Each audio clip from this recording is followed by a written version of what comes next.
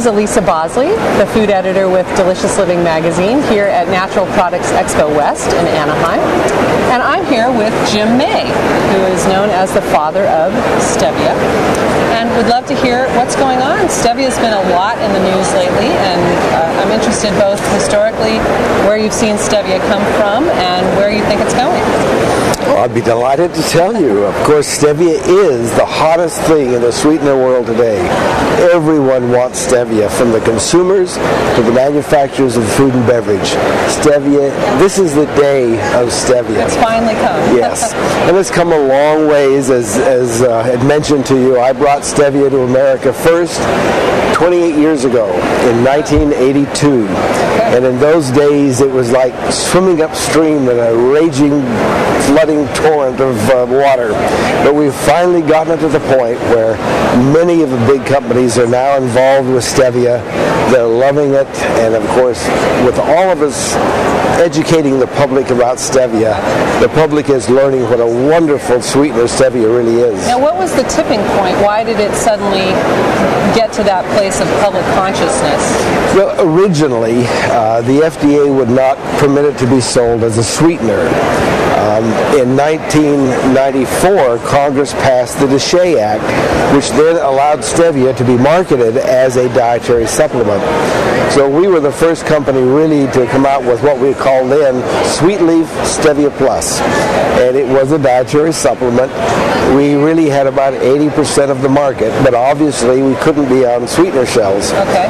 So then in 2007, Cargill and Coca-Cola announced that they were going to be the first stevia company in America to get stevia as a GRAS-approved sweetener, generally recognized as safe. Right. Then Pepsi immediately said, no, we're going to be the first.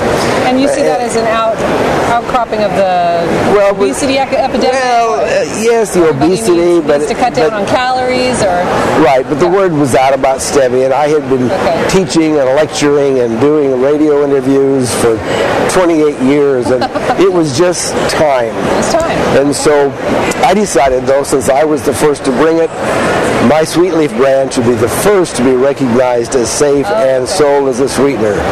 So following FDA regulations, I hired two separate groups of independent scientists, all of whom were former FDA GRAS scientists. Okay. So independently, they studied stevia and our particular brand of stevia, and it took a year almost, but they both determined Sweet Leaf Stevia was GRAS, was safe, and could be sold as a sweetener. And when was this? This was on March 5th of 2008. Okay, so very recently. Yes. 2 years ago, exactly. And then Cargill and Coke got theirs in December of that year. Okay. But then we've all gotten what's called the FDA no questions letter, as the FDA studied all the data and said, yes, we have no questions that this is safe. So since that date, we've all been really pushing to inform the public of how wonderful stevia is. So for the average person out there, what's the best on-ramp to using stevia?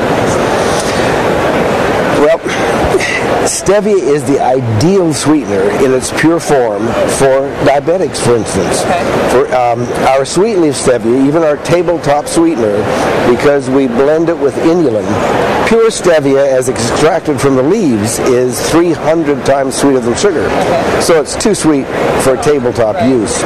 So we blend it with inulin. Inulin comes from chicory root, ours does.